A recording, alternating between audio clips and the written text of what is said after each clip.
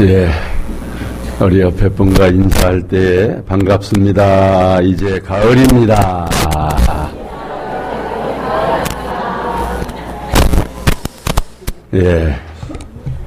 우리는 하나님의 가족으로 다시 태어난 줄 믿습니다. 하나님은 가족을 원하셨고 우리를 사랑하는 가족으로 맞아주셨습니다. 하나님은 이제 우리의 아버지시고 우리는 하나님의 자녀들이고 또 형제와 자매들입니다. 교회는 하나님의 사랑하는 가정 모임입니다. 오늘 우리가 가정 모임에 오셨습니다. 하나님 자녀들의 가정 모임에 지금 오셔서 하나님을 예배하고 찬양하는 것입니다. 이것을 보면 하나님 아버지는 무엇보다도 관계를 중요하게 여기신 것을 알 수가 있습니다. 우리도 무엇보다도 관계를 중하게 여겨야 하나님을 닮은 자녀들입니다. 세상 사람들은 관계보다 일이 더 중요하고 또 물질이 더 중요하고 또 성공이 더 중요하고 또 소유를 더 중요하게 생각합니다. 그것들 때문에 미워하고 다투고 싸움으로 관계가 깨집니다. 그러나 우리 하나님의 자녀들은 하나님 아버지처럼 무엇보다도 관계를 우선해야 합니다. 여러분, 에덴 동산과 같은 완전하고 평화롭고 죄가 없는 낙원에도 부족한 게 한 가지가 있었습니다. 뭐가 부족했을까요? 이 말씀 보십시오. 여호와 하나님이 이르시되 사람이 혼자 사는 것이 좋지 아니하니 내가 그를 위하여 돕는 관계를 뭐가 부족했습니까? 한마디로 관계가 없었던 것입니다. 아담이 혼자 살았기 때문에 누구하고 관계 맺을 사람이 없지 않습니까? 환경 여건이 아무리 좋아도 혼자 사는 아담은 외로웠습니다. 고독했습니다. 요즘 이런 사람들이 많이 있대요. 환경 여건 좋아졌습니다. 경제 사정도 좋아졌습니다. 그런데 외로워요. 그리고 고독합니다. 군중 속에 고독을 느끼는 것이요. 여러분, 그래서 하나님께서 아담에게 하와를 지어주셨어요. 관계를 맺게 해주신 거예요. 그때 아담이 얼마나 기뻐했는가. 아담의 감탄사가 여기 나와요. 우리 앞에 보시고 다 같이 이는 내 뼈 중에 뼈요 살 중에 살이라.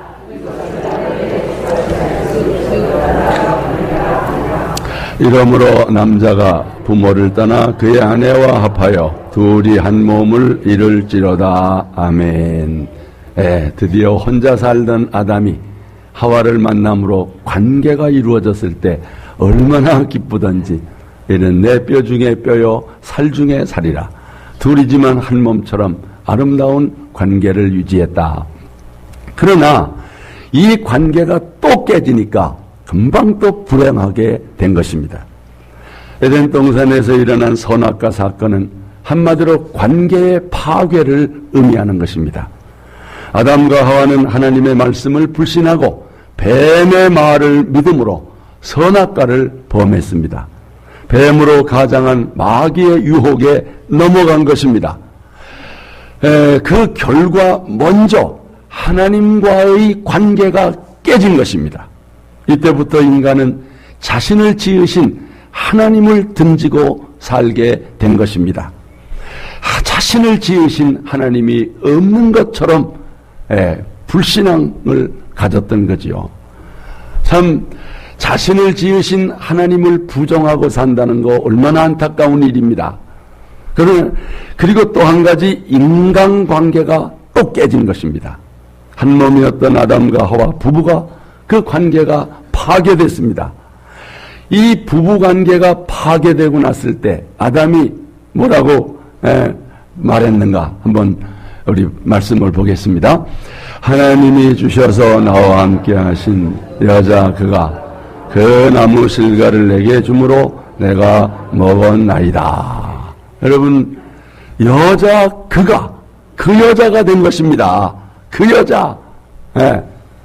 정말 살 중에 살이로다, 뼈 중에 뼈다 했던 그 하와가 그 여자가 됐습니다. 3인칭이 된 것입니다. 제3자가 된 것입니다. 완전히 남남이 된 것입니다. 관계가 깨져버린 것입니다. 부부관계가 깨진 것입니다. 그들의 자녀들의 관계는 어떻게 됐을까요?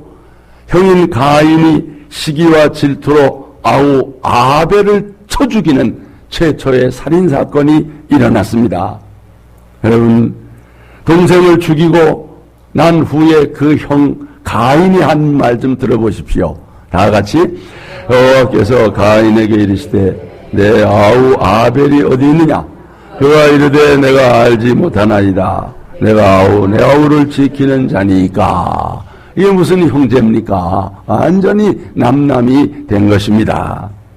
성도 여러분, 정말 행복하기를 원하십니까? 관계를 중하게 여기십시오. 관계가 깨지면 에덴 동산도 소용없더라. 아무리 큰 집에 살아도, 아무리 경제적으로 부유해도 관계가 깨지면 창살 없는 지옥에서, 감옥에서 사는 것입니다. 행복이 어디 있느냐? 오직 관계에서, 사랑의 관계에서 행복이 온다는 거 꼭 기억하시기를 바랍니다. 그래서 사랑의 관계가 우리 삶 가운데서 가장 중요하다고 하는 거. 여러분, 그렇습니다. 인생에서 가장 중요한 것은 일의 성취나 무슨 성공이 아닙니다. 사랑의 관계가 중요합니다. 그런데 대부분의 사람들이 이걸 몰라요. 이거 모르고 사는 거예요. 네. 행복을 원하면서도 관계를 소홀히 여기고 그냥 일에 바쁩니다. 그냥 돈 버는데 바쁩니다.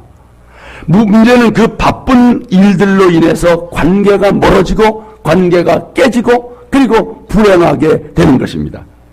그래서 성공한 다음에 불행하게 되는 가정이 많습니다. 돈을 많이 번 다음에 오히려 불행하게 되는 사람들이 많다는 것입니다. 여러분, 재벌 형제들, 행복한 형제들 몇이나 있어요. 다 불행하게 되는 것입니다. 사이가 안 좋아. 관계가 깨져서 그렇습니다. 한강 남쪽에 성실한 농부가 살고 있었어요.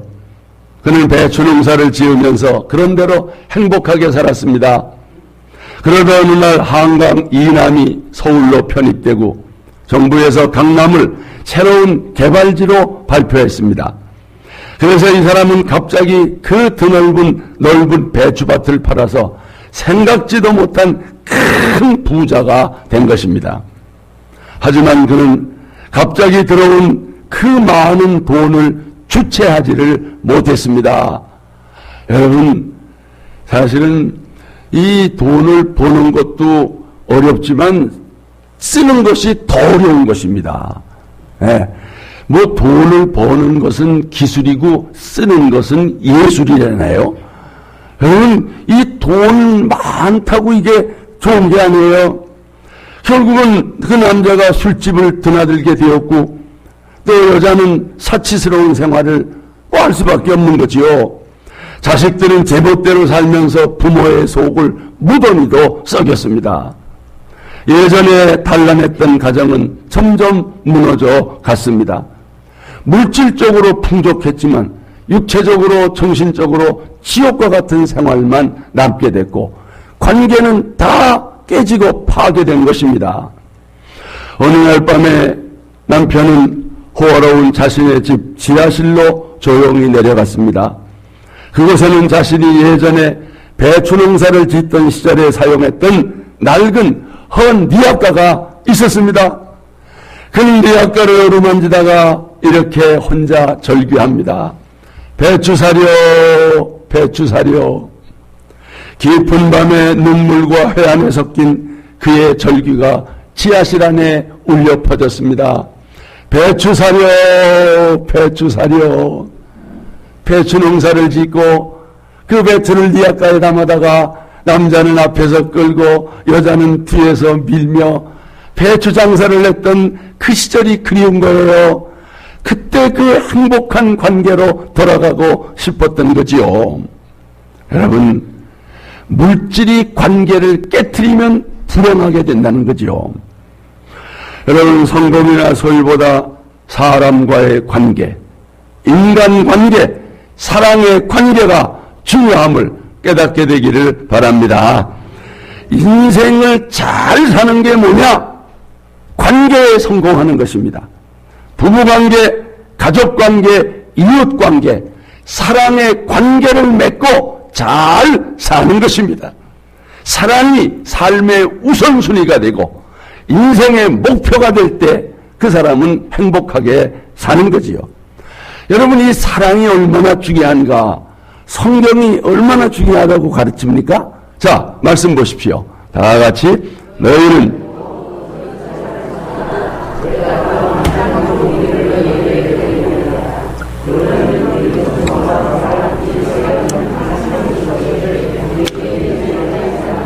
아멘. 제일이 뭐라 그랬어요? 사랑이 제일이라고 그랬어요. 사랑이라는 건 관계잖아요. 뭐 혼자 사랑하는 거 아니잖아요. 관계를 맺고 사랑하는 거. 우리 옆에 분과 인사합시다. 사랑이 제일입니다. 사랑의 관계가 제일이라는 거예요. 여러분, 사랑만이 남게 돼요. 우리가 이 세상을 떠날 때 사랑한 것만 남는 거예요. 여러분, 사람들의 그 임종 순간을 지켜보면 어느 누구도 야야 내 졸업장 가져와라, 유학 가서 그 학위 딴 거 가져와라, 내가 받은 상패 금메달 가져와라, 내 통장 가져와라, 야야 어디 부동산 그 문서 가져와라, 이렇게 말하는 사람은 한 사람도 없다는 것입니다. 오직 임종 순간에 찾는 것은 물질이나 소유가 아니라 사랑하는 사람을 찾습니다. 사랑하는 사람을 찾는다는 거예요.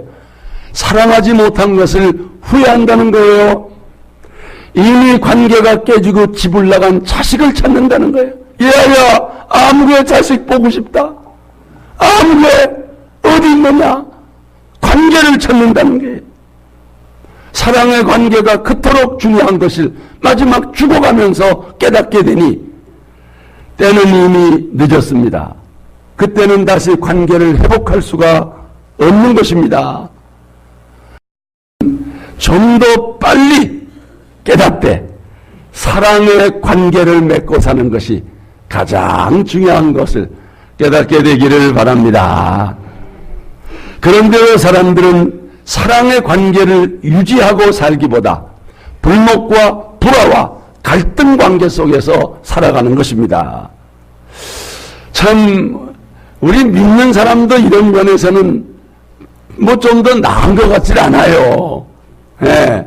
믿는 사람도 여전히 갈등 가운데 있고 또 불목 가운데 살아가거든요. 예수님께서 이 점을 안타까워하시면서 제자들에게 세 계명으로 당부한 말씀이 뭡니까? 이 말씀이죠. 나같이 새 계명을 너희에게 주노니 서로 사랑하라. 내가 너희를 사랑한 것 같이 너희도 서로 사랑하라. 너희가 서로 사랑하면 이로써 모든 사람이 너희가 내 제자인 줄 알리라. 아멘. 새 계명 뭡니까? 서로 사랑하라. 그쵸? 사랑의 관계를 맺고 살아라. 이것이 중요한 계명입니다. 그러면 오늘날 교회 안에도 다툼이 있고 또 갈등이 있고 불목이 있어요. 분쟁에 휘말린 교회가 많이 있습니다. 성도들끼리도 서로 다투고 갈등 관계에 있는 성도들도 있다는 거지요. 물론 뭐 교회도 불완전한 인간들이 사는 곳이니 왜 갈등이 없겠어요? 다툼도 있지요. 그러나 문제는 그것을 다시 회복하는 소위 자정능력, 정말 다시 화목하는 이런 능력을 잃어버린 것이 안타깝다는 거지요. 우리는 불목과 갈등을 해결하는 방법을 잘 배우지를 못했습니다. 오늘 이 시간에 어떻게 우리의 관계 속에 이 갈등을 풀고 관계 회복을 이룰 수 있을까? 몇 가지 생각해 보면, 먼저 갈등이 있을 때 사람에게 말하기 전에 먼저 누구를 찾아가는 거예요? 누구에게 말씀하는 겁니까? 하나님께 말씀하라는 거예요. 하나님과 먼저 갈등 문제에 대해서 의논하라는 것입니다. 다른 사람에게 말하기 전에 하나님께 말씀드리라는 거예요. 하나님 아버지께, 하나님께 기도하라는 거예요. 그 갈등의 문제를 가지고, 그 미워하는 그 마음을 가지고 하나님께 기도하라는 거예요. 여러분, 기도를 충분히 하면 신비로운 일이 일어납니다. 하나님이 내 마음을 바꿔주시든지, 아니면 상대방의 마음에 변화를 일으켜 주시든지 뭔가 역사가 일어나는 것입니다. 실타래처럼 얽힌 문제, 복잡한 문제가 기도하다 보면 스무스하게 풀어지는 줄로 믿습니다. 그래서 우리가 먼저 하나님께 기도하라는 거예요. 여러분, 다윗보다 더 많은 갈등을 겪고 더 많은 아픔을 겪은 사람이 또 있을까요? 정적인 사울왕에 의해서 얼마나 박해를 정말 무섭게 받았습니까? 또 여러 자식들의 그 다툼, 또 반역으로 인해서 얼마나 마음이 상하고 괴로웠습니까? 이럴 때 다윗이 이 갈등을 어떻게 극복했습니까? 그 답을 찾으려면 시편을 봐야 됩니다. 이 시편을 보면 다윗의 기도가 나오고 다윗의 여러 고백들이 나오는 거지요. 정말 어떤 건데 보면 애절한 기도로 하나님께 그 마음을 쏟아놓는 이런 말씀들이 많이 나와요. 어떤 때는 아들 압살롬이 반역을 하고 다윗은 도피를 합니다. 그때 하나님께 드린 기도를 한번 보세요. 앞에 보시고 다 같이 다윗이 그의 아들 압살롬을 피할 때 지은 시 여호와여 나의 대적이 어찌 그리 많은지요. 천만인이 나를 애워싸 진친다 하여도 나는 두려워 아니하리이다. 여호와여 일어나소서. 나의 하나님이여 나를 구원하소서. 주께서 나의 모든 원수의 뺨을 치시며 악인의 일을 꺾으셨나이다. 여러분, 다윗은 그 많은 갈등 속에 있었지만 직접 누구를 미워하거나 직접 누구와 대항하지 않았습니다. 오로지 하나님을 신뢰하고 하나님께서 자신의 기도를 듣고 계시다고 하는 믿음을 가지고 하나님께 나아가서 솔직한 자기의 문제, 자기의 감정을 토로했던 것입니다. 이걸 하나님이 다 듣고 계신다, 이런 믿음을 가지고 있었습니다. 여러분, 무슨 속상한 일이 있습니까? 하나님께 나아가서 하나님께 다 말씀하시기를 바랍니다. 하나님은 여러분의 분노와 상처와 불안, 이런 감정들을 결코 듣기를 싫어하지 아니하십니다. 우리의 기분도 감정도 하나님이 다 받아주십니다. 어떤 때는 다윗 자신이 이런 고통을 당하고 있는데도 하나님이 너무 무심해요. 하나님이 너무 멀리 있는 것 같아요. 그러니까 얼마나 답답하겠어요. 그럴 때 다윗이 하나님께 대한 불만을 이렇게 토로합니다.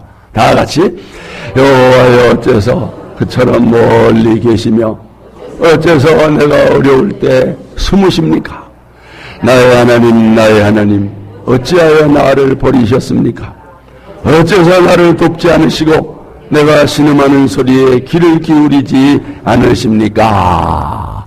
호소하는 것입니다. 정말 어떻게 보면 그러니까 하나님께 아주 솔직한 감정을 드러내는 것이요. 주님께 속마음을 모두 털어놓는 것입니다. 자기 감정을 모두 쏟아놓는 것입니다. 때로 울부짖어 기도합니다. 의심과 분노와 두려움, 슬픔, 혼란, 모든 것을 하나님께 털어놓는 것입니다. 이런 가운데서 다윗은 스스로의 마음을 치유하고 모든 갈등 문제가 잘 해결되는 그런 은혜를 받게 되는 줄로 믿습니다. 성도 여러분, 미움의 감정이 있고 갈등으로 인해서 아파할 때 사람에게 말하지 말고 하나님을 찾아가시기를 바랍니다. 하나님께 털어놓으시기를 바랍니다. 뭐든지 하나님께 원망이든 불평이든 다 털어놓으시면 하나님 아버지가 다 들어주시고 여러분의 마음을 쓰다듬어 주십니다. 마음을 치유해 주십니다. 그리고 환경 여건을 움직이신다는 거지요. 또 미움과 갈등이 있을 때 어떻게 하느냐. 먼저 상대의 말에 귀를 기울이고 공감을 하는 것입니다. 내가 피해자든지 가해자든지 상관없습니다. 하나님은 내가 먼저 움직이기를 원하십니다. 상대방이 행동을 취할 때까지 기다리지 말고 내가 먼저 그에게 다가가라는 것이. 여러분, 누군가의 관계에 빤간불이 들어왔다면 곧 여러분이 행동을 해야 돼. 문제 해결을 위해서 움직여야 돼. 자리를 마련해야 돼. 언젠가는 해결되겠지 미루면 안 됩니다. 가능한 빨리 만나서 얼굴을 맞대는 것이 중요합니다. 뒤로 미루면 감정만 깊어지고 문제는 커집니다. 갈등은 시간이 해결해 주지 않는다는 거예요. 시간이 지나면 오히려 상처가 깊어지고 곪게 된다는 거. 되도록이면 빠르게 행동하는 것이 중요하다고 하는 거. 여러분, 얼마나 이 감정을 이제 이게 푸는 것이 급하다면 예수님께서는 예배보다도 이게 더 우선 순위에 둬라. 이런 뜻에서 예수님이 이런 말씀을 하셨는데 다 같이 앞에 보시고, 그러므로 예물을 제단에 드리려다가 거기서 내 형제에게 원망 들을 만한 일이 있는 것이 생각나거든. 예물을 제단 앞에 두고 먼저 가서 형제와 화목하고 그 후에 와서 예물을 드리라. 여러분 보십시오. 예배 드리는 거 얼마나 중요합니까? 하나님께 예물을 드리는 거 얼마나 중요합니까? 그러나 예배를 드리다가 형제와의 미움, 갈등, 뭔가 원망 들을 게 생각이 나면 일단 예배를 중지하고 일어서서 형제를 찾아가라는 거예요. 그만큼 시급하다는 것입니다. 사랑하는 성도 여러분, 지금 이 말씀을 들을 때 뭔가 누군가의 지금 그 갈등, 그 아픔 생각나는 게 있습니까? 지금 일어나십시오. 네, 헌금 가져온 건 거기다 두세요. 그건 가지고 나가지 말라고 그랬어요. 거기다 두시고 빨리 일어나서 그 형제를 찾아가십시오. 찾아가서 화해하고 갈등을 풀고 다시 하나님께로 돌아와서 예물도 드리고 예배도 드리시기를 바랍니다. 이것이 하나님의 뜻입니다. 하나님의 뜻이에요. 형제를 찾아가서는 어떻게 해야 되느냐? 그의 감정에 공감하라는 거예요. 여러분의 입보다 뭐를 사용하라? 귀를 사용하라? 말하는 것보다 먼저 들어보라는 거예요. 설득하거나 논쟁하지 말고 상대의 감정이 어떤지를, 왜 기분 나빴는지, 왜 그런 행동을 했는지 한번 들어보라는 거예요. 여러분, 이게 중요한 것입니다. 이 점에 대해서 사도 바울이 무슨 권면을 했는가 앞에 보시고 다 같이 아무 일에든지 다툼이나 허용을 하지 말고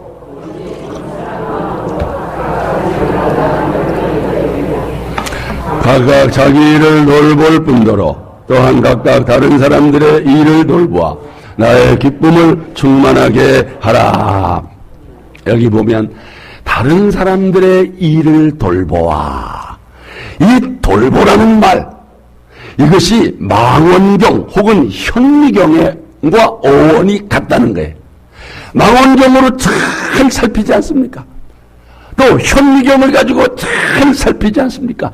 깊은 관심을 가지라는 거. 이게 바로 상대의 마음을, 상대의 입장을 잘 헤아려보라는 거예요. 돌보라는 거예요. 사실보다 상대의 감정에 초점을 맞추는 것. 상대에게 공감하려고 하는 태도가 중요하다는 것. 그러므로 화해를 하려고 할 때 절대로 충고하면 안 됩니다. 그냥 상대의 이야기를 듣는 것입니다. 상대의 말에 동의하지 않더라도 이해한다는 뜻에서 고개를 끄덕끄덕 해야 하는 것입니다. 상대의 말을 귀담아 듣는 것은 나는 당신의 의견을 존중합니다. 나는 당신과의 관계를 소중히 생각합니다. 이런 태도라는 거지요. 갈등을 풀려고 할 때 무슨 말을 하느냐가 아니라 어떤 태도를 갖느냐, 이것이 중요하다는 거. 다 같이 말보다 태도가 중요하다.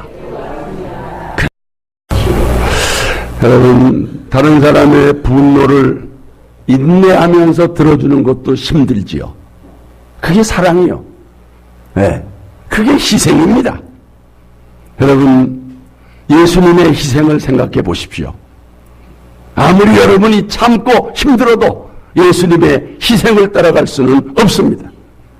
예수님이 우리를 위해서 희생하시고 인내하셨던 것을 기억하면서 상대의 말에 귀 기울이고 공감할 때 문제는 풀어지고 관계가 회복되는 역사를 보게 될 것입니다. 끝으로 문제 해결보다 관계 회복에 초점을 맞추라는 것. 문제 해결에 집중하다 보면 관계가 더 멀어질 수 있다는 거지요. 누구의 잘못인가를 가리는데 너무 에너지를 많이 쏟다 보면 문제를 해결할 수 없다는 것입니다. 관계 회복을 위해서 말의 선택을 지혜롭게 해야 하는 것입니다. 귀에 거슬리는 말을 하면 관계는 회복될 수 없습니다. 만일 여러분이 공격적으로 말하면 상대는 또 방어적으로 나오고 또 공격하게 될 것입니다. 이 점에 대해서 하나님은 이렇게 권면하는 것입니다. 앞에 보시고 다 같이 부드러운 대답은 분노를 가라앉혀도 가격한 말은 분노를 일으킨다. 마음이 지혜로운 자는 슬기롭다 하고 사람들은 부드러운 말을 잘 듣는다. 여러분, 갈등 해소를 위해서 우리는 비난해서는 안 됩니다. 비하하고 비교하고 모욕하고 멸시하고 빈정대는 말, 이건 절대 금물입니다. 이건 마치 핵무기와 같아. 여러분, 아무리 감정이 나도 핵무기를 써서는 안 됩니다. 해서는 안 된 말을 사용하면 안 된다는 거죠.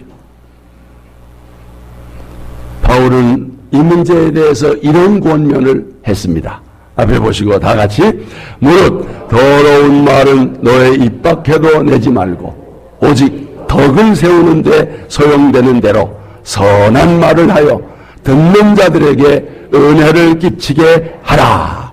더러운 말, 악한 말, 파괴적인 말 안 된다는 거예요.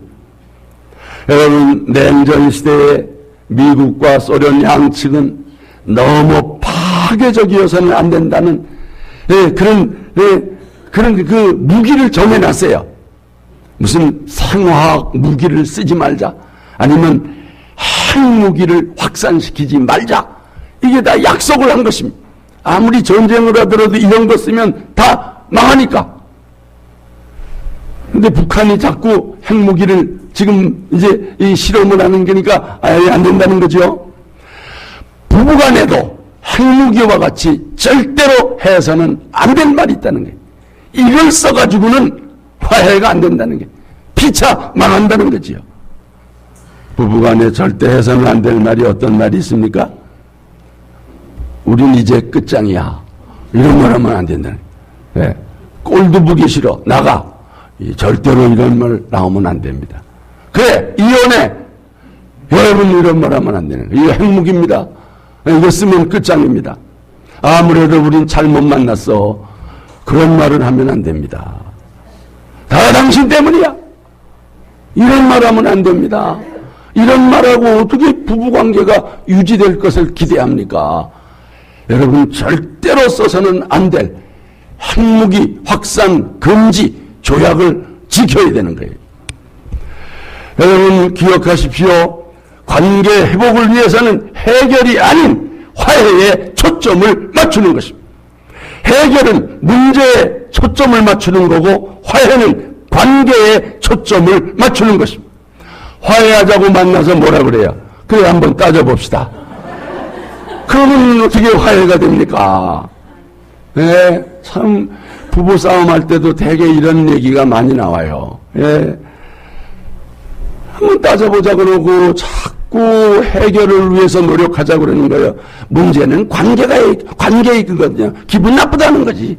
그것만 풀어주면 문제는 자동으로 해결되는데 그게 좀 어려워요. 우리가 관계에 초점을 맞출 때 문제는 그 중요성을 잃어버리게 된다는 거죠. 무의미하게 된다는 거죠. 관계가 회복되면 아니 왜 그까짓 걸 가지고 싸웠을까? 아무것도 아닌데 해결이 되는 거예요. 성도 여러분, 우리는 평화를 위해서 살아야 할 하나님의 자녀인 줄로 믿습니다. 여러분, 우리는 평화의 사신들입니다. 정말 이 땅에서 평화의 도구로 쓰임받아야 합니다. 하나님은 평화를 위해 힘쓰는 사람을 당신의 자녀라고 말씀하고 있어요. 자, 이 말씀 봅니다. 다 같이 화평하게 하는 자는 화평하게 하는 자가 하나님의 자녀입니다. 오늘 본문 말씀 한번 보십시오. 쉬운 성경으로 한번 읽겠습니다. 이 모든 것은 하나님이 하시는 일입니다. 하나님은 그리스도를 통해 우리를 자기와 화해시키시고 우리에게 화해의 직책을 주셨습니다. 하나님은 그리스도 안에서 세상을 자기와 화해시키시고 사람들의 죄를 그에게 돌리지 않으셨으며 화해의 말씀을 우리에게 맡기셨습니다. 여러분, 하나님께서는 그리스도를 통해서 원수된 우리들과 화해를 이루신 줄로 믿습니다. 그래서 우리가 하나님의 가족이 되었고 하나님의 자녀가 된 것입니다.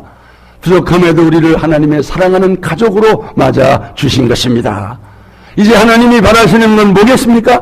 우리를 통해서, 우리 교회를 통해서 세상을 하나님과 화해하시기를 원하십니다. 그 일을 위해서 우리에게 화목하게 하는 직분을 주셨다는 것, 우리에게 화목하게 하는 말씀, 화평의 복음을 위탁하셨다는 것. 여러분, 이것이 오늘 교회가 이 땅에 존재하는 이유입니다. 이것이 우리 그리스도인들이 세상 속에서 살아가야 할 중요한 목표입니다. 그럼에도 교회가 스스로 갈등을 해결하지 못한다면 어떻게 하나님과 세상을 화평케 할 수 있겠습니까? 어떻게 화평의 복음을 전할 수 있겠습니까? 교회가 싸우면서 화평의 복음을 전한다면 세상 사람들이 비웃지요. 누가 그 말을 듣겠습니까? 먼저 하나님과의 아름다운 관계를 회복하시기를 바랍니다. 그리고 이웃과의 관계, 사랑하는 가족들과의 관계, 아름다운 관계로 회복되어 진정한 평화를 누리고 하나님의 약속된 복을 받으시기를 축원합니다. 우리 함께 찬양합시다.